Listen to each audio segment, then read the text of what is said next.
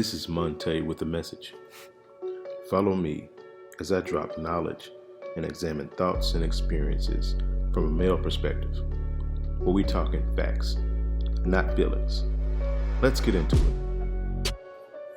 I'm going to shift gears a bit so I can educate some of us who may not exactly know what's happening now in the real world that doesn't involve celebrity gossip or other ratchetness.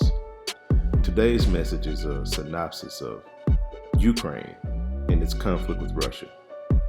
We may not think that this is important to us, but it is. Love and hip hop is fake. This is real. Pay attention. What's happening? This is the biggest military mobilization in Europe since World War II, 77 years ago. In Europe, yes. Ukraine is considered an Eastern European country and not a Western Russian territory, as Russia believes it is. This invasion threatens to destabilize the already volatile post-Soviet region. Just a little background here. Russia was once one of the republics that made up the Soviet Union, also known as the USSR. The Union of Soviet Socialist Republics. It comprised Russia, Ukraine, Belarus, Uzbekistan, Kazakhstan, Georgia, Azerbaijan, Lithuania, Moldova, Latvia, Kyrgyzstan, Tajikistan, Armenia, Turkmenistan, and Estonia.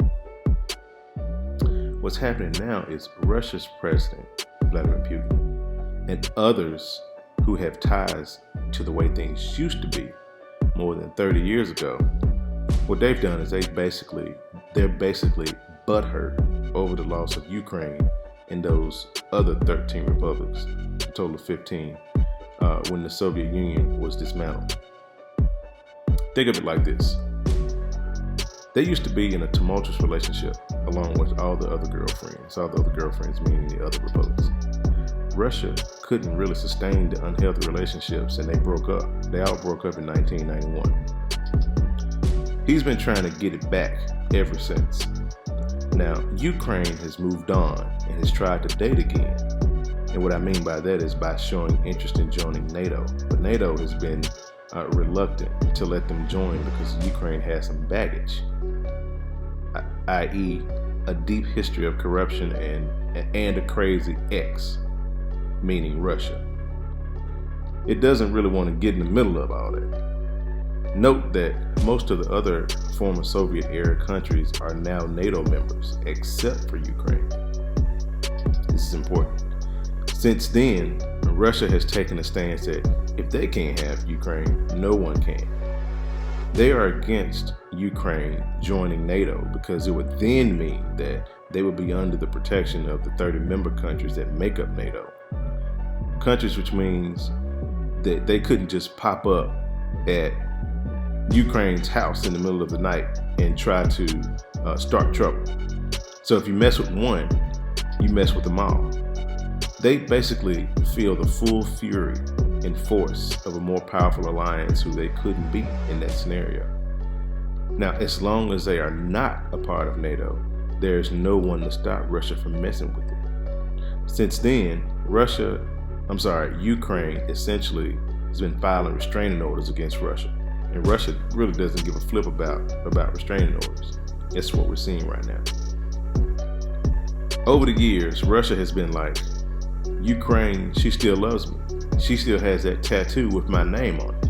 And what I mean by that is Russia is saying that there is still lots of Russian history, influence, and culture still embedded in that region. They think that she'll always be mine.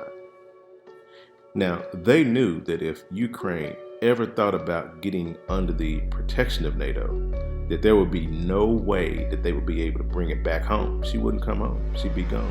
She'd be gone forever. And then all of that abuse that Russia's been dealing out all these years would not be tolerated by NATO.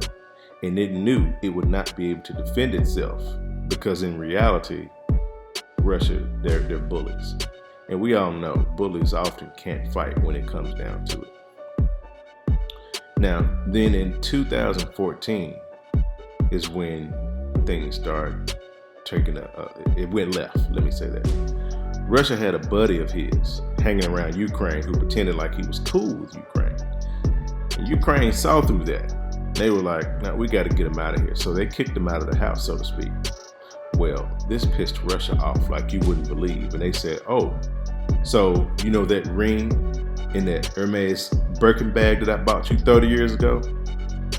And what I mean by that, the ring in the Birkin bag, that's a reference to Crimea. So Russia invaded and pretty much took over Crimea, because they basically said, "Well, I want it back and I'm going to take it." And so that's what happened. What we're seeing now is a last-ditch effort to stop Ukraine from being hacked. Russia has been asking Ukraine to, let's just talk. Can we just talk? I didn't mean all those things I did, all the things I said. Can we talk in person? Except Russia didn't really want to talk. They wanted to get into the house and hold Ukraine hostage. Now what we have here is the neighbors calling the police, which are the police being pretty much the entire international community. And they're outside the house trying to talk some sense into Russia. But they're irrational and aren't listening to reason. To put it mildly, they just don't give a F. They don't give a F about what anybody's talking about. They're not concerned about embarrassing themselves in front of the entire world because they want their old boo back, metaphorically speaking. Now, Russia is threatening Ukraine's life, in a sense, and it's willing to burn themselves and everything they have down to the ground to stop Ukraine from moving on. This is some true gangster-ish. Now, for comparison, when you hear about the kind of lowlives who rob liquor stores, carjack people, do drive-bys, shoot up someone's house, or think they're tough because they can buy a hot AR-15 off the street or a semi-automatic weapon with a drum magazine, that's not gangster.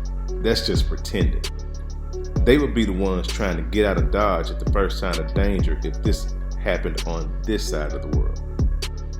Put them out there in the same field with ops who want to take the land under your feet. Not just steal your shoes from you, but take your country and see what they do. Nothing.